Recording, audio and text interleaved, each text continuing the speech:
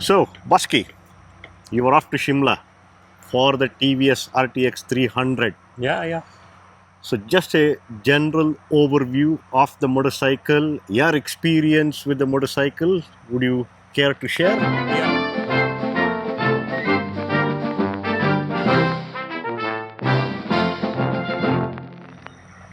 An exciting event among a lot of launches because TVS coming out with an adventure motorcycle was always on the cards.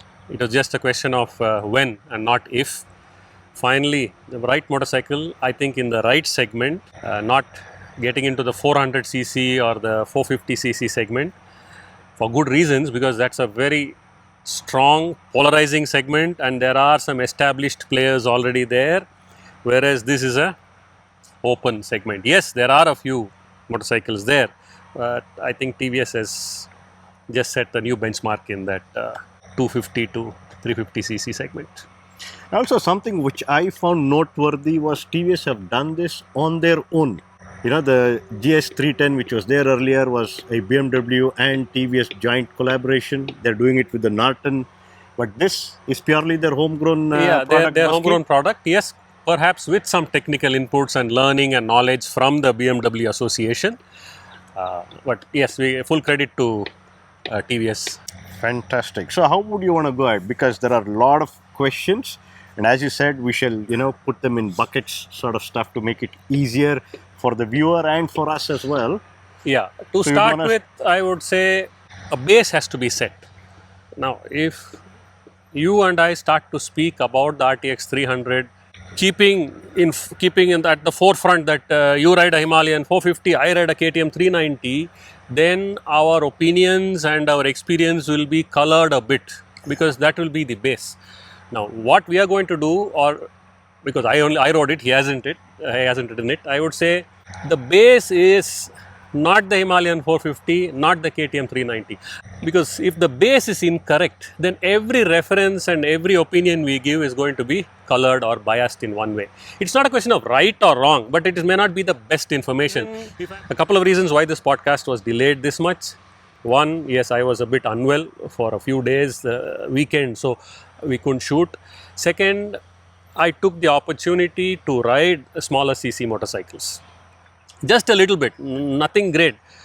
Just to get into this base. Mindset. Yeah, the mindset, the base of what will be the reference, what will be the base from where we will compare the RTX with. Because comparison is today the biggest word on in any product purchase. How does it compare with this? And that's reflecting in the questions also. How does it compare with this? How does it compare with this? It is necessary comparison, but the comparison has to be appropriate. So we will do our best to answer with the base. This is a 300cc motorcycle. It costs this much. It is positioned in a particular place. With that in mind, I will share my views. And if I'm making a reference to any bigger cc or smaller cc, I will state clearly as far as possible. It doesn't do the motorcycle justice to be compared with bigger motorcycles or higher cc's. It is in its own segment. It has its own niche, or possibly TVS is trying to create that niche. I would say that, yeah. So I feel it makes sense that we just talk of it as a standalone product. Standalone product in its segment. In its segment, yeah. Referencing the nearest motorcycles in that price range, in that positioning. So, Bosky, now all the prelude set, everything done. Sorry for the long prelude. The looks. I think that's the first thing that strikes a rider or any person. Okay. How did it strike you?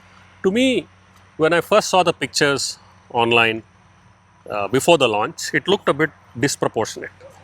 Yeah, kind of big in the front, and it just didn't seem to have a good flow. And then came the actual pictures of it, which were slightly better than those leaked images or those renders. Still, it didn't feel very proportionate. So when I saw the motorcycle in real, all those things were put aside. It is a very proportionate motorcycle. For some reason, it doesn't come across very well in pictures or on videos or on a screen, just like both of us. And not photogenic. No, both of us look terrible. Actually, in real life, we look much better. It is a very proportionate motorcycle. The lines are well done. There is a flow. and I would say it looks way better in real than it does in photographs. Nice. So which part of the looks you got floored by? Was it the frontal view? Was it the side view with the tank, or the proportionate lines? I think it's the proportionate lines. It starts a bit big in the front and then it narrows down to a nice slim tail section. So that's the most interesting part of the motorcycle. A lot of attention has been given to several components to give that design flow. Yes, some of the finishes were not so great. However, once I think of the price, I would say, oh, this is great. It's no longer not so great. So there are marginal designs and lines which could have done better, materials could have been better, finish could have been better. But then where does the better stop, and where do we put a cap on the price? There's no end to it. Yeah, so the biggest key in this motorcycle is the price. So for that price, this look, It's gorgeous. yeah. Yes, people see different things in it. Somebody say, I see an Aprilia in it, I see a Ducati in it, I see a Himalayan in it. Tiger. I'm just, Tiger has been a very popular reference simply because of the green color and that white subframe. So Yeah, that trellis frame. I think the Tiger brought it out for the first time. So it's easy to see a reference. It's like saying, yeah, he looks, that person looks like CK because he's got two eyes, a nose and a mouth. we can all see different things because that's we using our imagination, our memory of what we have seen, recollected, registered in our brain. Yes, it can look like a combination of so many things. I did not see it carrying any strong resemblance to anything. It is not a copy paste. It is not like designer, oh, somebody hired a Ducati designer, somebody hired a Triumph designer. Yeah, that's okay, it doesn't matter. So, overall, a thumbs up for how it looks, how the design flows. Excellent. My only complaint about how it looks, maybe for me, it has got a bit too much of plastic in front. My personal, I would have liked less plastic. Of course, the Himalayan 450 has got no plastic. So Minimalistic. that's minimalistic, completely bare. The 390 has got a little more plastic, cowls and fairings. This has got a little more on it. So, a personal preference. I am not very fond of so much of plastic. However, as a design theme and design flow, thumbs up. So cutting straight to the questions, Bosky, there were a lot of questions around the ergonomics. Yeah. So what is your take on it?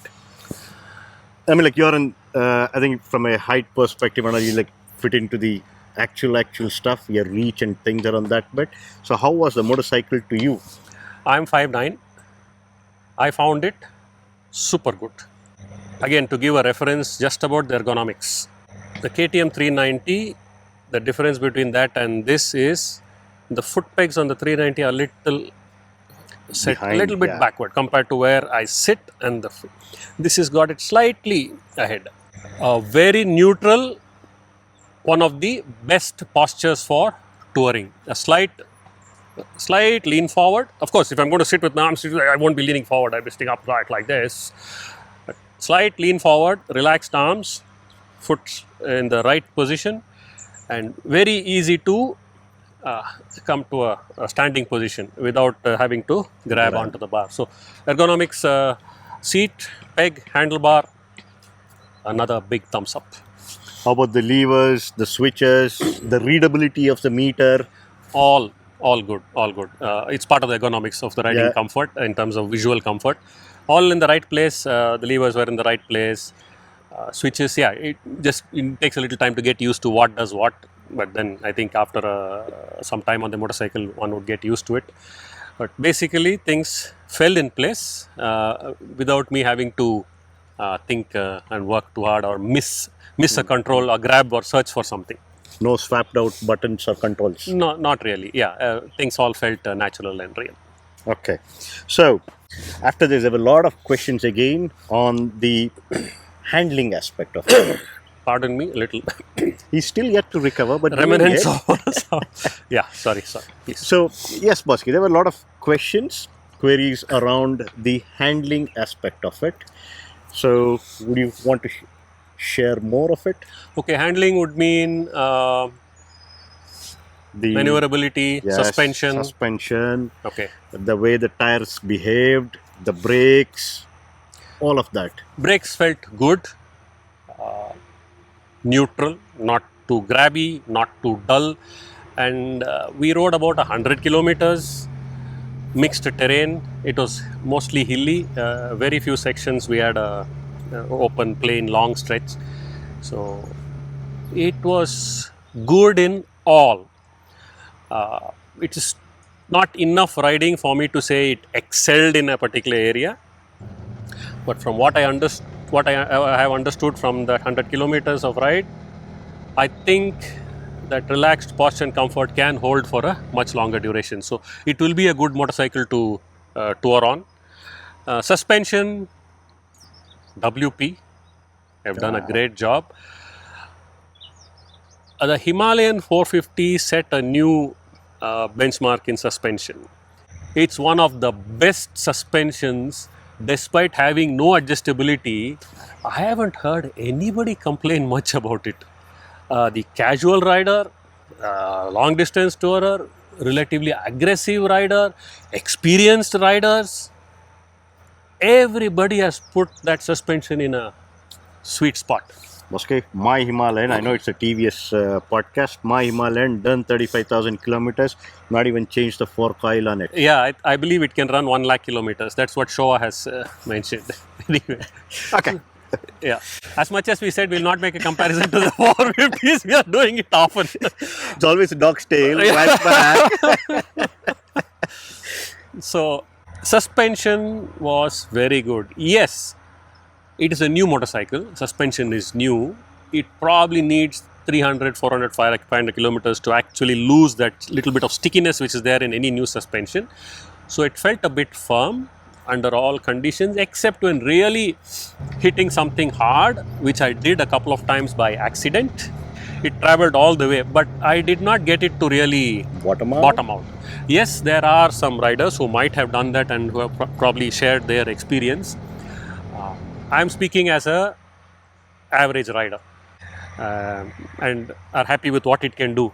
The top 10% may find it soft, or they may have bottomed it, they may have found it springy, but that's the top 10, 15, or maximum 20. I don't think even 20, I would say less than 20. 10%. Yeah.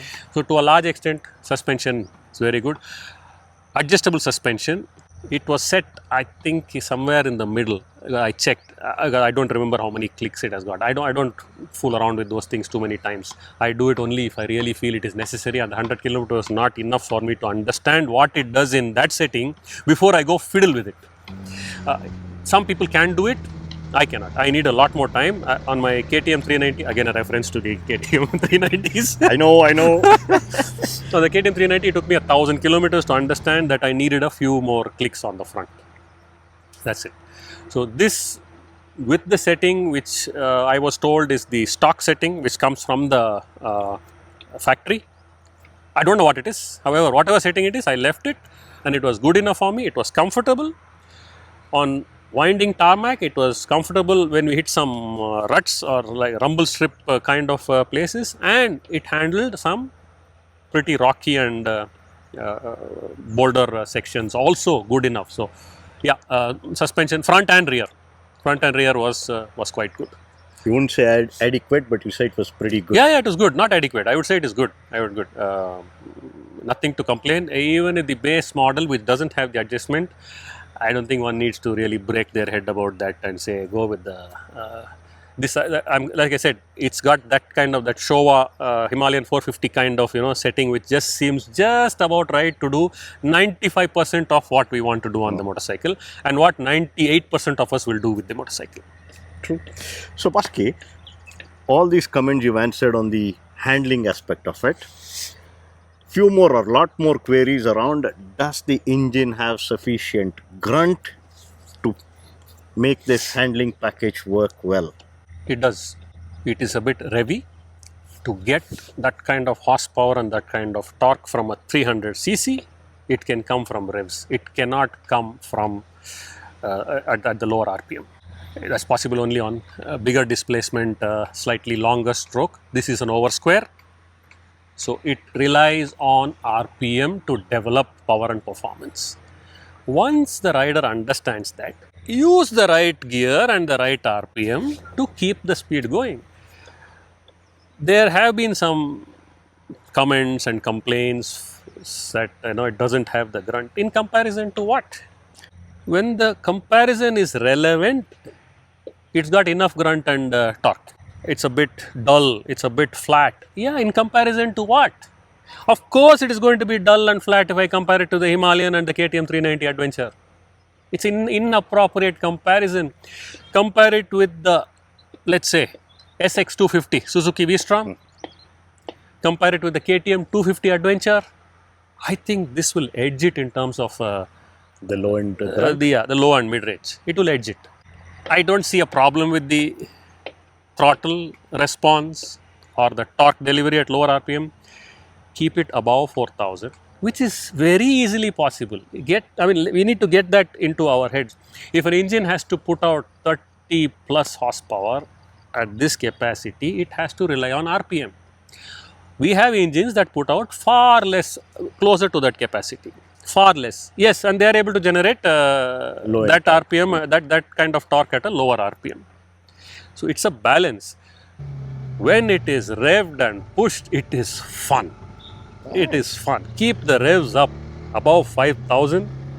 We were in the mountains. We didn't have any highways to check it out. So I was testing it out in different gears. So kept it open between 5 and 8. It was singing. Oh my God, I missed it. It was singing and I could hear the intake growl. So engine character is something I say is good, provided we use the right reference.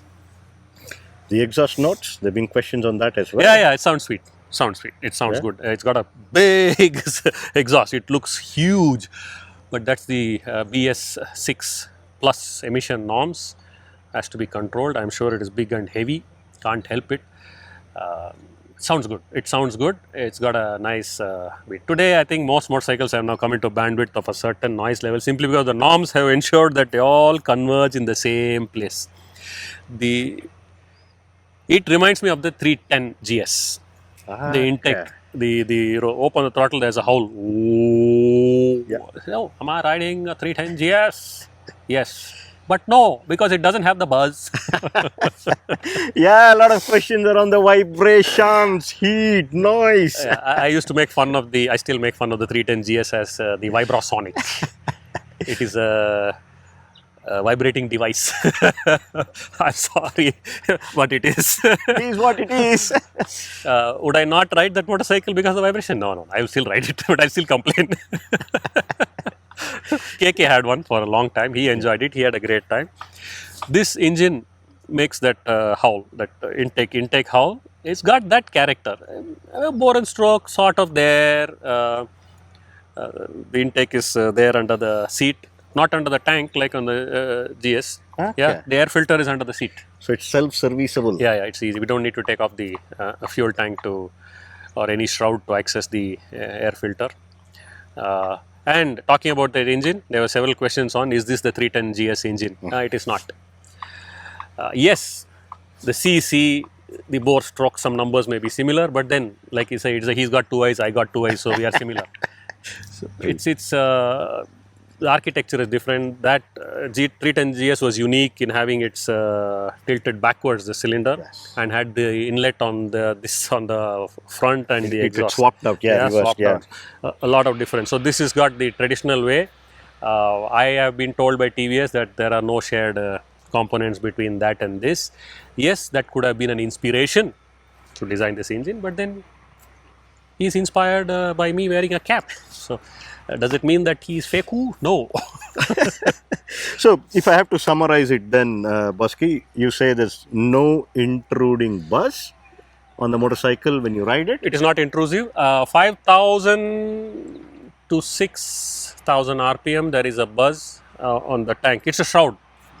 It's a plastic shroud. The tank is on the inside. I still don't know exactly, but I assume it's still a metal tank on the inside with a shroud on the top. I could feel the buzz on the tank. minimal buzz on the seat and minimal on the foot pegs, and talking and the handlebar also. These 3 points very minimal. However, there is a high frequency buzz on the not intrusive. So it is not a deal breaker at all. A single cylinder putting out this kind of power and torque will have some kind of a buzz. So one can easily live with the buzz. And there were some comments about the foot peg. There's so much of rubber on it. And there is a reason why there is so much of rubber on it. It's to dampen the buzz on the pegs. And I think that those rubbers have done a Good job. Fat foot peg rubber has done a good job.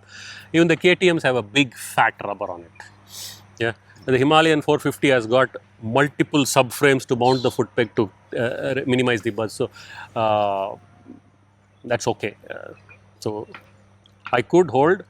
Now, there were no highways where we rode. So what I did to the best possible extent, provided the road conditions permitted, in second, third and fourth gear, I kind of tried to mimic the higher speed in fifth or sixth gear.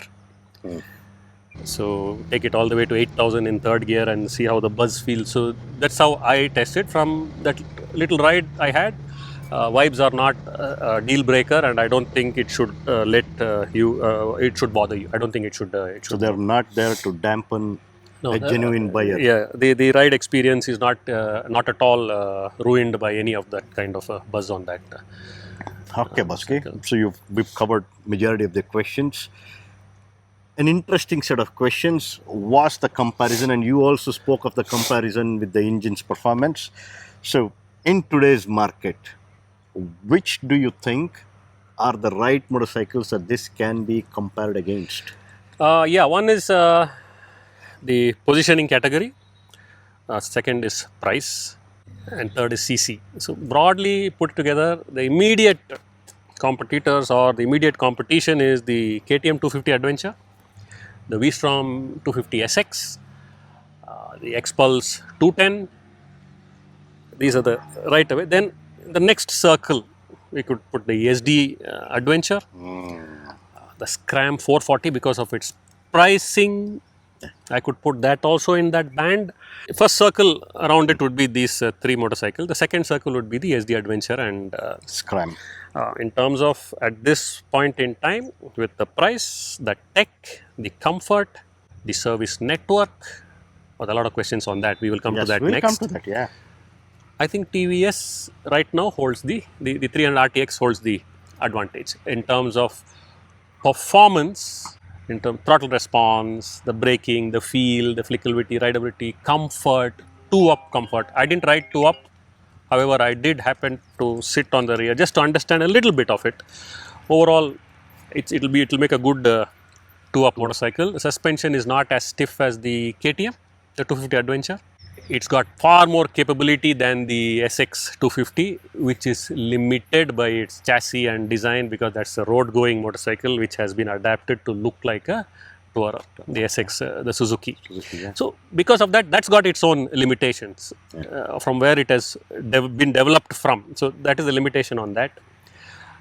Hero, where the TVS scores ahead of the X-Pulse 210 is in terms of engine performance, simply because it's got far more displacement.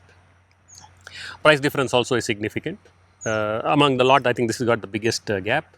SD Adventure, yes, it is in the same category. However, for some strange reason, top end performance, TVS seems to have a much more, it feels capable of doing a little more top end speed and hold that compared to the SD Adventure. SD Adventure has got initial mid-range, the new SD Adventure seems to have good initial and mid-range compared to the TVS. At higher RPM and speeds, somehow for some reason that seems to run out of steam, and TVS doesn't seem to run out of so much of steam. Then the Scram 440, I mean, significantly different CC, different character. I just put it in the second circle. However, it is not a real proper comparison.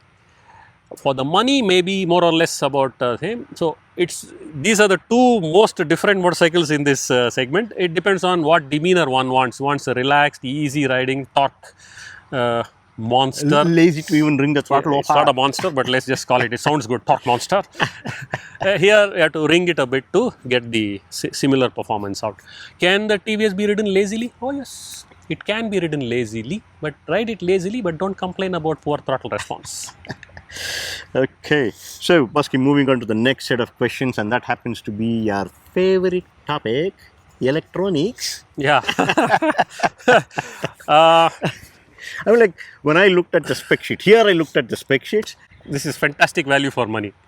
I wrote it only in the rally mode, which is at it puts out everything maximum in terms of all the engine character. It was good. So everything else is going to be a bit dulled down. So I did no point in me trying to work on any of that because there wasn't enough time. We hope to get it for a slightly longer term sometime in Bangalore to ride it and find out. Yeah, electronics. Yeah, okay. I didn't try much. Good to have. Cruise control, yeah, useful under certain road conditions. Yeah, they kicked it out of the. Like what they say, they hit the ball out of the park when it comes to electronics in that segment. So well done on that front. So those who are gadget freaks who like all that tech, will be quite happy with what it provides. The display quite adequate. Like I said, I am not the one to actually pass judgments on displays because neither of us care much for the display. All we need to know is speed, distance to empty, odometer, and warning lights. This is all we need to know on a motorcycle. So as long as that is there, we are done. I think only in the electronics part, I think they are on par with your 390. I mean, like whatever 390 has, this has it, and it even trumps the 390 by giving that map, like very similar to what the Himalayan has. The mirror cast, or what do you call that? Phone cast. Oh yeah, hey, good. That question, that Android. Yeah. Reading spec sheets once in a while is good. Yeah. But don't judge a product by that. Yeah. So yeah, that casting, screen cast onto the dash, just like on the Himalayan. Now, there was so much moaning about Royal Enfield messing it up, and why can't they do this? Why can't they do that? I mean, there was so much because it is popular to bash Royal Enfield and shortcut to fame, bash Royal Enfield. The same thing is here. Why not many people are moaning? Yeah, not many people are moaning. Yeah, because it is not fashionable to bash TVS. Nobody pays attention if you bash TVS. Ouch! I think let's come back to the topic. It is this software. This casting is controlled by Android. Google. So Royal Enfield TVS don't have any control over it. That is it. This is what you get, and it costs a lot of money. Yeah. So use it. I just don't use it. I mean, no point complaining about it. I didn't bother to use. Like I said, he doesn't use it any phone anyway for maps. I have a secondary phone. I use it for maps. Yeah, I put a post on why I use a secondary phone, okay? When I exchange my phone, I don't get any, they give a horrible 1/10 of the price they give. So I said, no, I'll put a SIM and use it as a map. So it's got that cast. You can use it if you wish to. If you turn the screen off, yes, that goes away. So it's the same thing. So it is limitation of the software and not the motorcycle manufacturer connected issue. Yeah, that is there. That is there. You can run the screen. Yeah. Okay. Hey, Bosky, before we lose out on this, Gearbox. How were the shifts? Was it slick, or did you really need to yank it? No, I didn't need to yank it.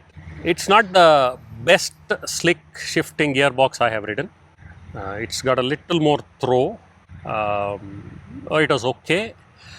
And interestingly, okay, coming back to the engine, now that you reminded me of it, it's got a quick shifter, okay, the top model. Now, there were some comments about fueling issue where the vehicle shuts off. There were a few riders in the test rider group, because several of them rode it, who said there was a fueling issue. Now, whether they said it on their review, I'm not very sure, but there was discussion going on that there was a fuel cutoff issue. Multiple people faced that fuel cutoff issue. Suddenly, the ignition or a fuel cutoff. I faced it too. The reason is the quick shifter. Inadvertently, without realizing, when my boot presses on the gear lever, activates. First thing it does is cuts the ignition, and if you continue to press, then it shifts to the whichever gear, either up or down. So the pressure switch cuts ignition. when it happens by accident, it is like, there is a sudden, You're not geared up for it. you're not geared for it. You shut throttle and you open by accident, foot touches, gives a pressure on the lever, there's a jerk. So I thought, there is a fueling issue, there is an ignition cutoff issue. And I had experienced this on my KTM, on my adventure. I had done that mistake. So I immediately realized that and kept my foot away. This happened right in the first 10-15 kilometers. Once I moved my foot away, I did not have that issue. Now, it's not that people who experienced that cutoff have dabbled their foot or toe on the gear lever. There is a possibility that this can happen. So keep that in mind. Be open to this aspect. I didn't face any fueling issues. Gearbox is good. Yeah, it's okay. Fifth and sixth are a bit tall, which is good. Understandable. Yeah. Which is good because it makes for good highway cruising.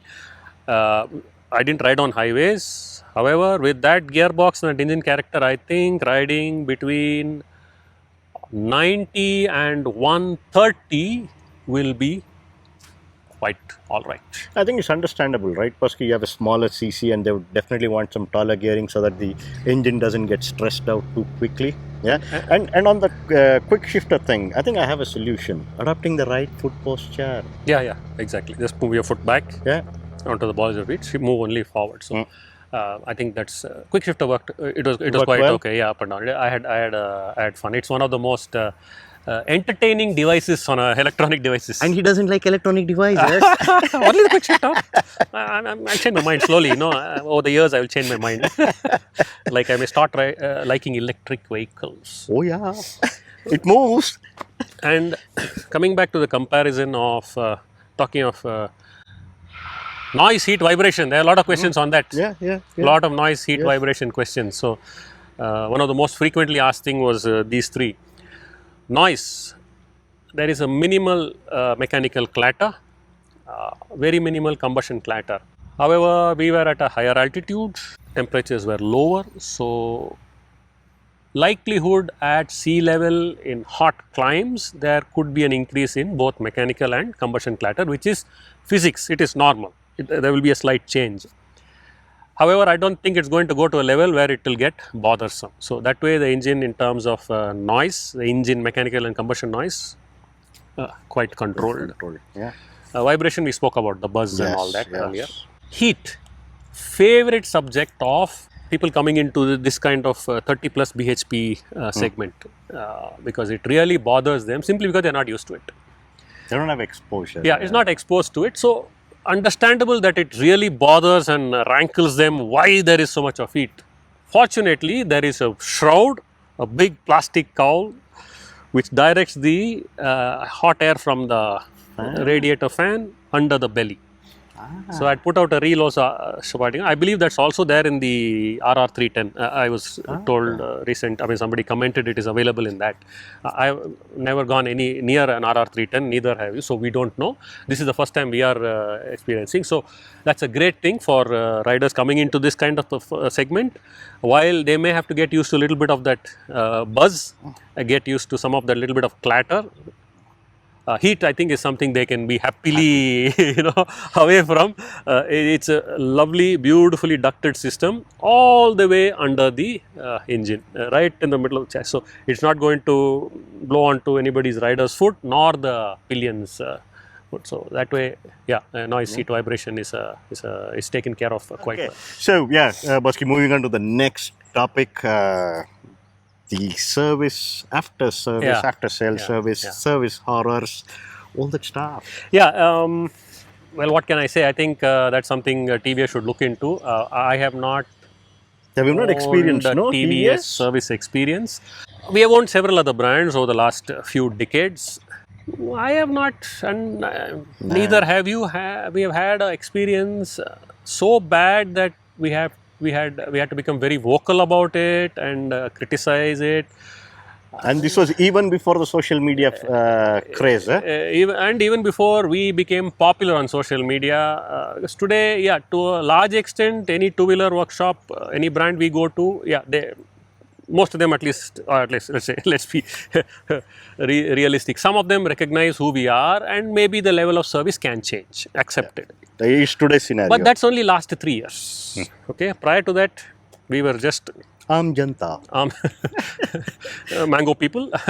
So we used to just go get service done. Yes, there have been some not so great experiences, but nothing as a showstopper. So it's a relationship, CK.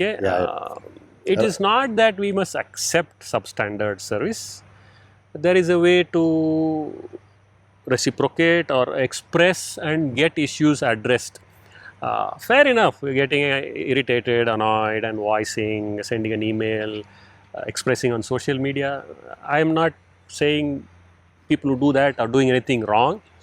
How we have gone about it, like I said, before we became popular on social media, we have not had any great arguments or fights or having to send emails to the brand and threatening hell and high water. It's not easy, but it is possible to resolve any kind of issues, and we have a choice today. We don't have this workshop, go to another workshop. True. Today choices are plenty. That's about it. So service, yeah, maybe TVS has to check on it. People who own a TVS will know better. Yeah, they can comment better. And I think personally, we would say when a product is positioned and perceived as a premium and has got so much of value, people love it. People enjoy it for what it is. The expectation of the level of service also is high. Expectations become high. Service quality hasn't dropped.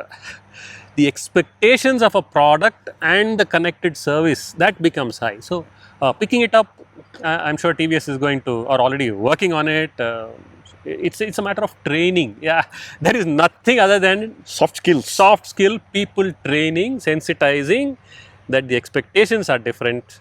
The expectations are higher, justifiably, and accordingly the team has to pick up their game. Yeah. So yeah, I think we've covered most. A few questions are like very futuristic, like engine reliability. We need to own the motorcycle or have good exposure. That we would not know. It only time will tell on reliability, durability, and mileage. Oh yeah. Hai. I got a fuel economy on the dash that said 29 kilometers per liter, which is fantastic considering we are in hilly sections. Of course, when there are ups, there are downs also. So I think it's a balance. I see this motorcycle being able to give around 30 in cities. Bangalore is exception. Please don't take Bangalore into the equation. Bangalore is very special when it comes to fuel economy because there is no economy. So 30 is something possible, and on highways ridden with a sensible right hand at sensible speeds, mid 30s also I think is definitely possible. Some riders who tested got 24, 25. That is the kind of riding. So fuel economy is heavily dependent on the right wrist of the rider. Okay. So 30 to 35 is, I would say, is quite possible to get. Nice. Off-road capability. Yeah. Off-road capability. Can I take jumps? Can I jump over a pole? Yeah, we can pole vault over almost anything. We rode one very bad stretch. Steep, sandy and big rocks. I think they were repairing that road, or maybe the road was washed away due to the rains. Bad road. It handled it quite well. I didn't have to dab my foot. There were some very sharp switchback hairpin bends. If I have been able to go through that without my heart in my mouth, I think most of you can do that also. Motorcycle is capable, and this is where the throttle response or the lack of snatchiness helps, because when the motorcycle is shaking, shuddering and jumping all over, it is that whiskey throttle is very much possible. No, invariably when gripping and fighting it, there's some ways where we do this, and then the rear wheel spins out, it steps back this way, that way. Fortunately, it did not do any of that. There are a couple of places where my hand did twist because I hit a rock. All felt in control. So this motorcycle will make it easier If that same scenario, if I was on a much more powerful motorcycle and did this, I would have probably ended up either over the cliff or into the rock. But then ifs and buts don't matter. Yeah, off-road capability. Yes, if I hit a jump, I don't know what kind of jump, who is going to hit, and what you might damage or bash. That can happen. To a large extent, nothing is going to happen unless somebody is using this to do some competition or a rally raid event or something. So, road clearance, bad road handling, double thumbs up. Nice. And yeah, perceived quality of Good. the build, the plastics, Good quality. the way it has been put together, all of it. Yeah, I would have liked a little better finish in some areas of the metal. If you were to nitpick, you mean to say? Yeah, nitpicking. Yeah, exactly. Some areas of the metal, some areas of the plastic, some shields, some guards, some vanity pieces, what they call it. But then when I see the price, I say, oh, that's good. We don't need to complain anymore. Okay. Fit, finish, value for money. Fit and finish, let me say, value for money. For the price we pay, the quality of fit, finish of the metal, the plastic, the welds we get, awesome. Hey, seat. Yeah, see. Hard, soft. One of the better seats I have ridden on adventure motorcycles. Does it beat my rally Himalayan 450? It's sort of similar. I tell you, the reason why I like this seat is it is flat. It maintains that profile. So I can sit right near the tank. I can move a little bit backward. I have a good 8 inches of room where I don't feel like suddenly I'm starting to go up like this or I'm going to crush my jewels against the tank. So it's a long rider seat which is very useful on long rides. So to change the pressure points, I just want to move a little back and then to relieve. So seat. I'm glad we remembered the seat. This is, if there is a single best item I have to pick on this motorcycle, is the seat. Oh wow, that's high compliments. Not too firm, it just sinks in a little and it holds that form. It doesn't collapse all the way. Further, yeah. So I like the seat. I like the single best item on this motorcycle is the seat. Pillion, I just sat on it for a bit to understand. I think it's the same foam. I believe the pillion also will be comfortable on it. Okay.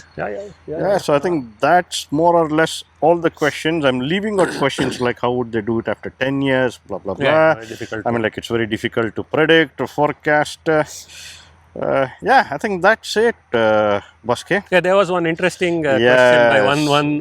My life behind handlebars. My life behind handlebars. I mean, like, I really appreciate this guy, this follower.